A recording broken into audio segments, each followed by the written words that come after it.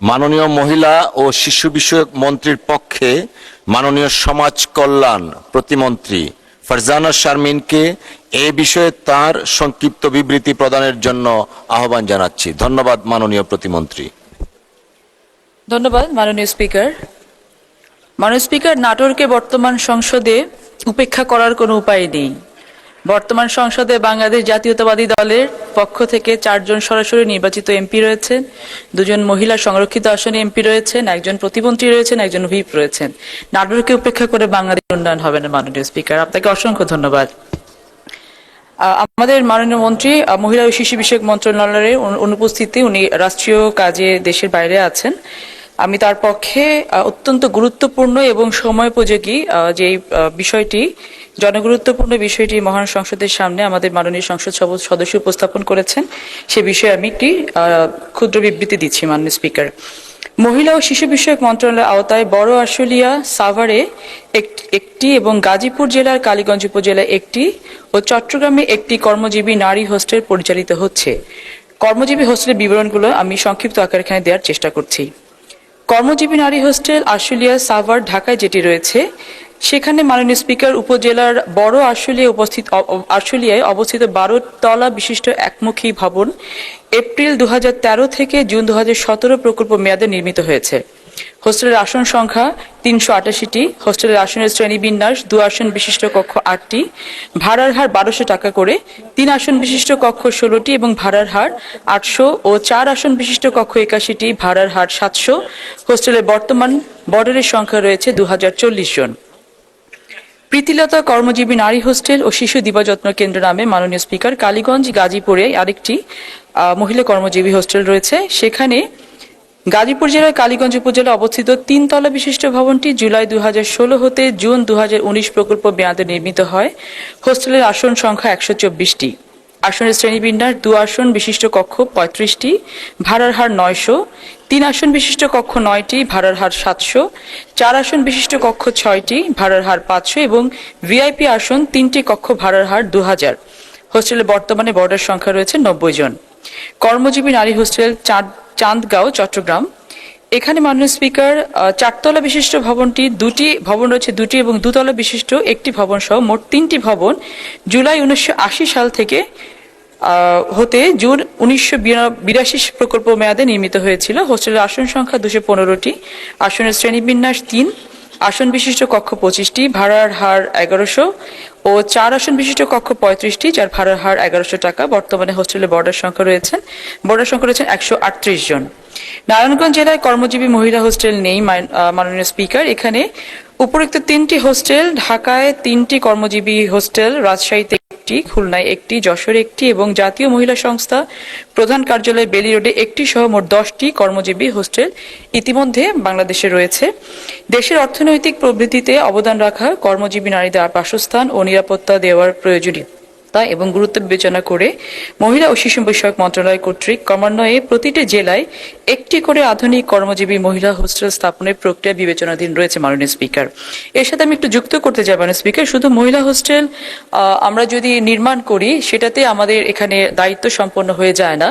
আমরা দেখেছি যে এই হোস্টেলগুলোতে সিট বরাদ্দের বিষয়ে বিভিন্ন ধরনের দুর্নীতি এবং অনিয়মের তথ্য আমরা দেখেছি। গত 7 দিন আগে আমার কাছে একজন এসেছেন যে মন্ত্রীর সুপারিশ ছাড়া সিট বরাদ্দ হচ্ছে না। আমরা সেই বিষয়ে তদারকি করছি যেন পরবর্তীতে এই বিষয়গুলোতে সিট আছে মানে বরাদ্দ হবে, না থাকলে বরাদ্দ হবে না, সুপারিশের ভিত্তিতে যেন কোনো সিট বরাদ্দের বিষয়গুলো না থাকে। মাননীয় স্পিকার, আপনি যদি 1 মিনিট সময় বাড়িয়ে দেন, আমি সমাজ কল্যাণ মন্ত্রণালয়ের পক্ষ থেকে কয়েকজন যারা আমাদের এখানে নোটিশ দিয়েছিলেন কিন্তু নোটিশগুলো গৃহীত হয়নি, প্রতিবন্ধীদের নিয়ে একটি প্রশ্ন উত্থাপন করেছিলেন যে তার এলাকাতে প্রতিবন্ধীদের সম্পর্কে কি ধরনের ব্যবস্থা গ্রহণ করা হচ্ছে। মাননীয় স্পিকার, আমি আপনার মাধ্যমে এই মহান সংসদের সকল সদস্যবৃন্দ যারা আছেন এবং সারা বাংলাদেশকে জানাতে চাই যে বর্তমান সরকারের মাননীয় প্রধানমন্ত্রী জনাব তারেক রহমান তিনি প্রতিবন্ধী যারা আছেন এই প্রতিবন্ধিতাকে কোনোভাবেই বোঝা না, সম্পদ হিসেবে নির্মাণ করার জন্য এবং সম্পদ হিসেবে বাংলাদেশে প্রতিষ্ঠিত করার জন্য একটি স্টিয়ারিং কমিটি গঠন করেছেন, যে স্টিয়ারিং কমিটির সভাপতি মাননীয় প্রধানমন্ত্রী নিজে, এবং এখন পর্যন্ত 8টি মন্ত্রণালয়ের প্রতিমন্ত্রীদেরকে সদস্য হিসেবে চিহ্নিত করে এই স্টিয়ারিং কমিটিটি গঠন করা হয়েছে। যে স্টিয়ারিং কমিটির কেবলমাত্র উদ্দেশ্য হচ্ছে যে প্রতিবন্ধিতা নিয়ে যারা জন্মগ্রহণ করেছেন এবং পর্যায়ক্রমে যারা প্যারালাইজড অথবা অন্যান্য অসুখের মাধ্যমে প্রতিবন্ধিতা অর্জন করেছেন, তাদের প্রত্যেকের জীবন এবং জীবন মানকে যেন সর্বাধিকভাবে উন্নয়ন করা যায় এবং তাদেরকে বাংলাদেশের মেইন ইকোনমিতে যেন তাদেরকে কানেক্ট করা যায় এই বিষয়ে ব্যবস্থা নেওয়া। স্বাস্থ্য মন্ত্রণালয় এখানে খুব গুরুত্বপূর্ণ দায়িত্ব পালন করছে। আমরা সমাজ কল্যাণ মন্ত্রণালয়ের পক্ষ থেকে ইতিমধ্যে 10টি জায়গাতে পাইলট বেসিসে আমরা ওয়ান স্টপ সার্ভিস সেন্টারের করার চেষ্টাও করছি। বর্তমান সরকারের যে প্রচেষ্টা রয়েছে এটা কেবলমাত্র প্রতিবন্ধী না, মহিলাদের ক্ষেত্রেও মাননীয় স্পিকার অত্যন্ত গুরুত্বপূর্ণ বেশ কয়েকটা কাজ আমরা হাতে নিয়েছি। আশা করছি যে ভবিষ্যতে আপনারা অচিরেই দেখতে পারবেন যে কতটুকু আমরা অগ্রগতি করতে পেরেছি। আপনাকে অসংখ্য ধন্যবাদ মাননীয় স্পিকার। আমি এইদিকে যেহেতু একটা পয়েন্ট অফ অর্ডার নিয়েছি, আমাদের ডান পাশে রফিকুল ইসলাম হিলালি সাহেব অনেকক্ষণ যাবত চেষ্টা করছিলেন, আপনি 1 মিনিটে একটু শেষ করবেন প্লিজ, কি বিষয়? মিনিটে কোনোভাবেই সম্ভব হবে না মাননীয় স্পিকার। আমি অত্যন্ত ভারাক্রান্ত মনে কেন্দু আটপাড়া জনগণের পক্ষ থেকে এই মহান সংসদে প্রত্যেক সংসদ সদস্যের দৃষ্টি আকর্ষণ করছে মাননীয় স্পিকার। নেত্রকোনা জেলার আটপাড়া উপজেলা একটি অবহেলিত উপজেলা। একটি মাত্র রাস্তা, সড়ক ও জনপথ বিভাগের 9,30 লক্ষ টাকা বরাদ্দ করা হয়েছে 7 কিলোমিটার রাস্তা নির্মাণ করার জন্য। রাস্তাটাকে শক্তিশালীভাবে ধরে রাখার জন্য রাস্তার 2 পাশে গাইড ওয়াল হওয়ার কথা। গাইড ওয়ালের নিচে 4 ইঞ্চি বাই 10 ইঞ্চি সিসি ঢালাই হওয়ার কথা, সিসি ঢালাই হয় নাই।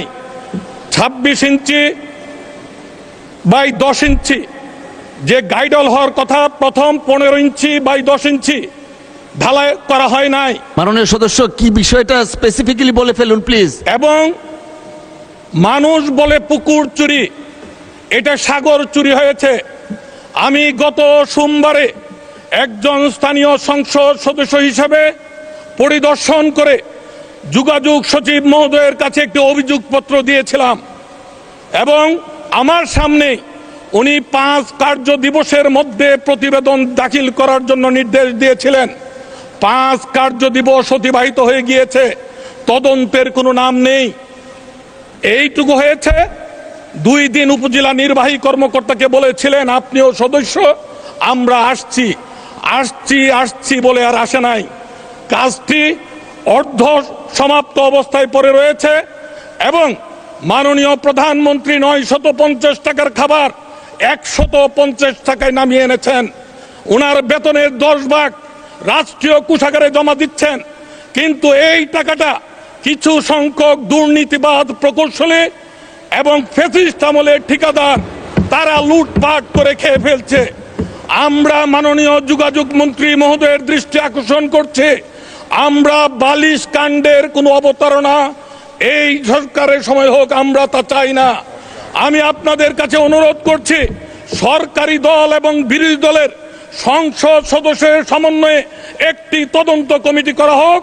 এই তদন্ত কমিটির মাধ্যমে এই শত শত কোটি টাকার মালিক জেলা নির্বাহী কর্মকর্তা, জেলা নির্বাহী প্রকৌশলী, বিভাগীয় প্রকৌশলী শত শত কোটি টাকার মালিক হয়েছে, তাদের বিরুদ্ধে দুদকের মাধ্যমে সম্পদের অনুসন্ধান করার জন্য দাবি জানাচ্ছি।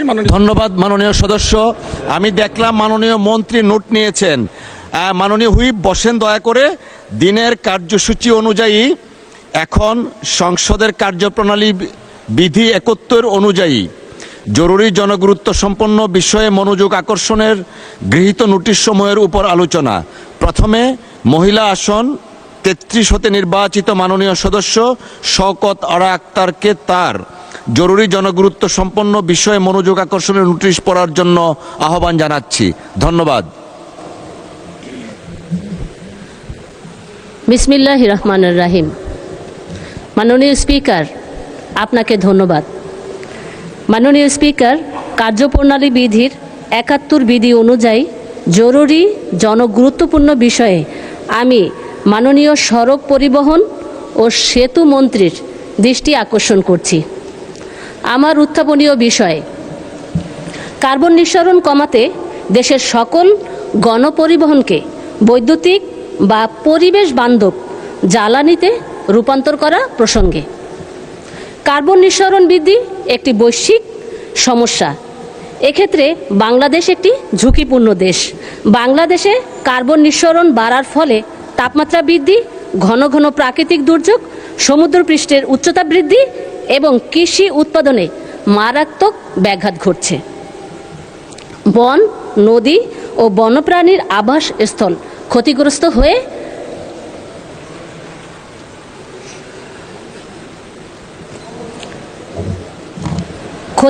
হয়ে জীববৈচিত্র্য ক্ষতিগ্রস্ত হচ্ছে। এছাড়া জলবায়ুর পরিবর্তনজনিত কারণে বিশেষ করে উপকূলীয় অঞ্চলে বসতবাড়ি হারানো মানুষের সংখ্যা দিন দিন বাড়ছে এবং সার্বিক অর্থনীতি ও জনস্বাস্থ্যের উপর বড় ধরনের নেতিবাচক প্রভাব পড়ছে। বিশ্বের মোট কার্বন নিঃসরণের প্রায় 24% আসে পরিবহন খাত থেকে। আর বাংলাদেশে পরিবহন খাতে বছরে প্রায় 11.6 million ton carbon die oxide নির্গমন হয়, যা মোট জাতীয় কার্বন নিঃসরণের 9%। এর মধ্যে প্রায় 70 থেকে 90% আসে সড়ক পথ থেকে, যেখানে ডিজেল চালিত বাস ও ট্রাক সবচাইতে বেশি দায়ী। ভবিষ্যৎ প্রজন্মকে রক্ষা করার জন্য গণপরিবহনে জীবাশ্ম জ্বালানির পরিবর্তে বৈদ্যুতিক বা পরিবেশ বান্ধব জ্বালানির ব্যবহার নিশ্চিত করতে হবে। বিদ্যুৎ উৎপাদন বাড়ানোর মাধ্যমে গণপরিবহনকে পর্যায়ক্রমে বিদ্যুৎ চালিত যানবাহনে রূপান্তর করতে হবে। সিএনজি এবং এলএনজি ডিজেল ও পেট্রোলের তুলনায় কম কার্বন নিঃসরণকারী হওয়ায় সেগুলোর ব্যবহার বাড়াতে হবে। স্থায়ী সমাধান হিসেবে বায়োডিজেল, বায়োগ্যাস, সবুজ হাইড্রোজেন ও পেট্রোলের সাথে ইথানল মিশিয়ে কার্বন নিঃসরণ কমানোর ব্যবস্থা করতে হবে। সর্বোপরি সৌর বিদ্যুতের ব্যবহার বাড়াতে হবে। সৌর বিদ্যুৎ থেকে চার্জ করা যায় এমন পরিবেশ বান্ধব যানবাহনের ব্যবহার নিশ্চিত করতে হবে। বিষয়টি মানুষের জীবন জীবিকার সাথে প্রত্যক্ষ পরোক্ষভাবে জড়িত এবং অতীব জরুরি। জনগুরুত্ব সম্পন্ন বিধায় কার্যকর ব্যবস্থা গ্রহণের জন্য আমি মাননীয় সড়ক পরিবহন ও সেতু মন্ত্রীর দৃষ্টি আকর্ষণ করছি। ধন্যবাদ মাননীয় স্পিকার। ধন্যবাদ মাননীয় সদস্য আপনাকেও। মাননীয় সড়ক পরিবহন ও সেতু মন্ত্রী শেখ রবিউল আলমকে এ বিষয়ে তার সংক্ষিপ্ত বিবৃতি প্রদানের জন্য আহ্বান জানাচ্ছি। ধন্যবাদ। কমিয়ে বৈশ্বিক উষ্ণায়ন রোধে বিশ্বব্যাপী ইলেকট্রিক ভেহিকেলের ব্যবহার গুরুত্ব বৃদ্ধি পেয়েছে।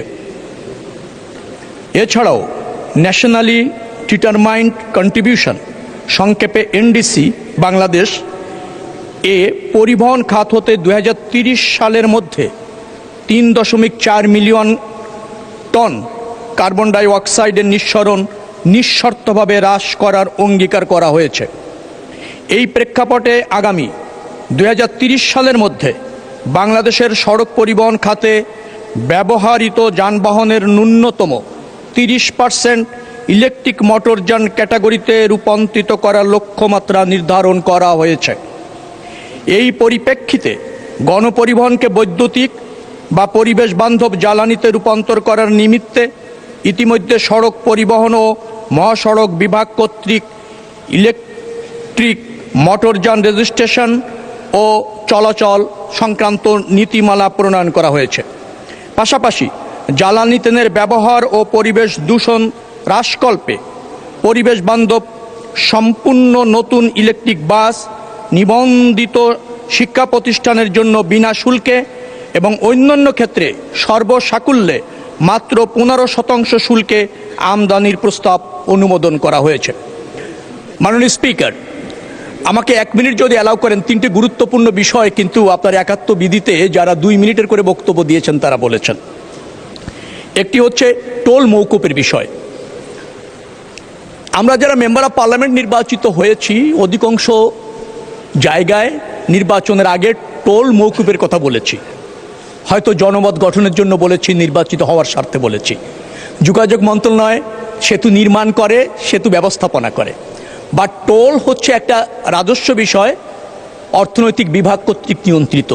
তো রাজস্ব যে কোনো সময়ে যোগাযোগ মন্ত্রণালয় আদায় রহিত করতে পারে না, অথবা কোনো মেম্বার অফ পার্লামেন্টও পারেন না, তাহলে তো এই পার্লামেন্টটাও চলবে না অর্থের অভাবে। যার ফলে এই দাবিগুলি মেম্বার অফ পার্লামেন্টরা করেন এবং তারা জনগণকেও করেছেন, ওয়াদা করেছেন। আমরা সেগুলি অর্থ বিভাগের সাথে আলোচনা করে ছোট সেতুতে ছাড় দেওয়া যায় কি না সেটা একটা নীতিগত সিদ্ধান্ত নিতে হবে অর্থনৈতিকভাবে। বাট কোন সেতুর টোল কালেক্ট হবে তার একটা নীতিমালা আছে। সেই সেতুর টোল কালেকশন বন্ধ মেম্বার অফ পার্লামেন্টের সুপারিশে বা অনুরোধে যোগাযোগ মন্ত্রণালয় করার সুযোগ কম। আরেকটি জায়গা হচ্ছে যেখানে রেল লাইন আছে সেখানেই মেম্বার অফ পার্লামেন্টরা ওয়াদা করেছেন যে ট্রেন স্টেশন করে দিবেন অথবা রেল থামানোর ব্যবস্থা করে দিবেন। কিন্তু আপনি জানেন যে আন্তনগর ট্রেন যেখানে চলে কোন স্টপেজে থামবে তারও একটা নীতিমালা আছে, বিবেচনা করে স্টপেজগুলি নির্ধারণ করা হয়েছে। অর্থাৎ মেম্বার অফ পার্লামেন্টরা সব জায়গায় যদি ট্রেনগুলি থামাতে চান তাহলে আন্তনগর ট্রেন থাকবে না, সব লোকাল ট্রেন হয়ে যাবে। আবার একই সাথে আমরা চাই দ্রুততম সময় গন্তব্যে পৌঁছাতে, তাহলে আন্তনগর ট্রেন তাতে ঝুঁকিতে পড়ে, এই ব্যবস্থাপনাটা দুর্বল হয়ে যায়, অকেজ হয়ে যায়। আরেকটি কথা বলে শেষ করছি, সমস্ত মেম্বার অফ পার্লামেন্টরা নির্বাচনের আগে অধিকাংশ জায়গায় বলার চেষ্টা করেছেন 4 লেন সড়ক করে দেবে। এখন 4 লেন সড়ক হওয়ার জন্য ওই এলাকায় পর্যাপ্ত যানবাহন কতটুকু চলে, যাত্রীর সংখ্যা কত, মালাবান পরিবহন কি পরিমাণ আছে, সেইগুলি বিবেচনা করেই কিন্তু লেন নির্ধারণ করা হয়, সড়কের ক্যাপাসিটি। স্ট্যান্ডার্ড 2 লেনই জেলা পর্যায়ে যথেষ্ট বলে আমরা মনে করি। আর যেগুলি ন্যাশনাল হাইওয়ে আছে সেগুলি 4 লেন, 6 লেন, 2 সার্ভিস লেন সহ 8 লেন, এইগুলি দাবি আছে, পরিকল্পনা আছে, সেগুলি আমরা করব। যার ফলে মেম্বার অফ পার্লামেন্টরা আমি মনে করছি যে এই নীতিমালাগুলি একটু দেখে জেনে বুঝে রাষ্ট্রের প্রতি দায়িত্বশীল থাকা, অ্যাট দ্য সেম টাইম জনগণের প্রতি দায়িত্বশীল থাকা, এই দুটো সমন্বয় করলে আমার মনে হয় যে আমরা আরও বেশি জোরালো ভূমিকা পালন করতে পারবো। আর একটা দুর্নীতির কথা বলা হয়েছে, মেম্বার অফ পার্লামেন্ট বলেছেন আইটেম অনুসারে এবং স্পেসিফিক অনুসারে কাজ হচ্ছে কিনা আমি আজই তদন্ত করে দেখব, জানার চেষ্টা করব। আগামীকাল পার্লামেন্টের সুযোগ দিলে সে বিষয়ে প্রয়োজনীয় ব্যাখ্যা মেম্বার অফ পার্লামেন্টদেরকে দেওয়া হবে। দুর্নীতি আছে, অস্বীকার করছি না, কিন্তু এই দুর্নীতি রোধে আমাদের মন্ত্রণালয় থেকে যা যা করণীয়, এক্সিকিউটিভ ইঞ্জিনিয়াররা যারা আছেন, তত্ত্বাবধায়ক প্রকৌশলী যারা আছেন, জোনগুলি যারা প্রধান আছেন, বিশেষ করে অতিরিক্ত প্রধান প্রকৌশলী, তাদেরকে জবাবদিহিতার আওতায় আনা হচ্ছে এবং কাজের গুণগত মান নিশ্চিত করবার জন্য তাগাদা অব্যাহতভাবে দেওয়া হচ্ছে। ব্যত্যয় হলে নিশ্চয়ই প্রয়োজনীয় ব্যবস্থা গ্রহণ করা হবে। ধন্যবাদ মাননীয় স্পিকার। ধন্যবাদ মাননীয় মন্ত্রী। মাননীয় সদস্য, আপনার যদি কোনো কোশ্চেন থাকে তাহলে আপনি একটি প্রশ্ন করতে পারেন। 1 প্লিজ। মাননীয় স্পিকার, আপনাকে ধন্যবাদ। আমার নোটিশের বিষয় যে মানুষের জীবন জীবিকার সাথে সম্পৃক্ত এবং জ্বালানি নিরাপত্তার ক্ষেত্রে ইতিবাচক পদক্ষেপ, সেই মনোভাব ব্যক্ত করে মাননীয় মন্ত্রী যেই বক্তব্য প্রদান করেছেন এজন্য মাননীয় সড়ক পরিবহন ও সেতু মন্ত্রীকে আন্তরিকভাবে ধন্যবাদ জানাই। মাননীয় স্পিকার, বর্তমানে রাজধানীর ঢাকার রাস্তায় জনদুর্ভোগ একটি অন্যতম কারণ হলো ব্যাটারি চালিত অটোরিকশা বা ইজি বাইক। কাকডাকা ভোর থেকেই সড়কে নামে লাখ লাখ ব্যাটারি চালিত রিক্সা। ব্যাটারি চালিত রিক্সায় কম খরচে সহজে দ্রুত গন্তব্যে পৌঁছানো যায়, আবার চালকের শারীরিক পরিশ্রমও কম হওয়ায় যাত্রী চালক উভয়ই স্বাচ্ছন্দ্য বোধ করে। আর এসব রিক্সায় কার্বন নিঃসরণের তেমন একটা না হওয়ায় পরিবেশের জন্য ইতিবাচক, কিন্তু মাত্রাতিরিক্ত ও অনিয়ন্ত্রিত বৃদ্ধির কারণে তীব্র যানজট, ঘন ঘন দুর্ঘটনা এবং নিরাপত্তা ঝুঁকির সৃষ্টি করছে। চালকরা অদক্ষ হওয়ায় এবং তাদের কোনো ধরনের লাইসেন্স, প্রশিক্ষণ বা ট্রাফিক জ্ঞান না থাকায় সড়কে বিশৃঙ্খলা তৈরি হচ্ছে। মাননীয় মন্ত্রীর কাছে আমার প্রশ্ন, এসব ব্যাটারি চালিত অটোরিকশা বন্ধ না করে এগুলোর মান উন্নয়ন ও কোনো একটি কর্তৃপক্ষের নিয়ন্ত্রণে নিয়ে আসার মাধ্যমে রাস্তায় শৃঙ্খলা ফেরানোর কোনো ব্যবস্থা আছে কিনা? ধন্যবাদ মাননীয় স্পিকার। ধন্যবাদ মাননীয় সদস্য। মাননীয় মন্ত্রী, ব্যাটারি চালিত রিক্সা সম্পর্কে নিয়ন্ত্রণ। ধন্যবাদ। ধন্যবাদ মাননীয় স্পিকার। মাননীয় সংসদ সদস্য যেটা উল্লেখ করেছেন সেটা হচ্ছে ঢাকা মহানগর কেন্দ্রিকটা বেশি উনি গুরুত্ব দিয়েছেন। এটা সিটি কর্পোরেশন এবং ট্রাফিক বিভাগ নিয়ন্ত্রণ করে, যোগাযোগ মন্ত্রণালয় এটা নিয়ন্ত্রণ করে না এবং তার এখানে হস্তক্ষেপের সুযোগও কম। তবে ঢাকা সিটিতে একটা মাল্টি মোডাম যোগাযোগ ব্যবস্থা নিশ্চিত করবার জন্য ইতিমধ্যে সমন্বিতভাবে বেশ কিছু পদক্ষেপ নেওয়া হয়েছে এবং সেই পদক্ষেপের অংশ হিসাবে ব্যাটারি চালিত রিক্সা নিয়ন্ত্রণ এবং তার ব্যবস্থাপনা কি হতে পারে, কিভাবে করা যেতে পারে সেটা পরীক্ষা নিরীক্ষা চলছে। এরপরে সরকার বিশেষ করে ঢাকা সিটি এবং সারা বাংলাদেশে ব্যাটারি চালিত যান নিয়ন্ত্রণের ক্ষেত্রে অথবা পরিচালনার ক্ষেত্রে একটা সুনির্দিষ্ট নির্দেশনা আসবে, তার আলোকেই সরকার এবং স্থানীয় প্রশাসন কাজ করবে। ধন্যবাদ মাননীয় স্পিকার।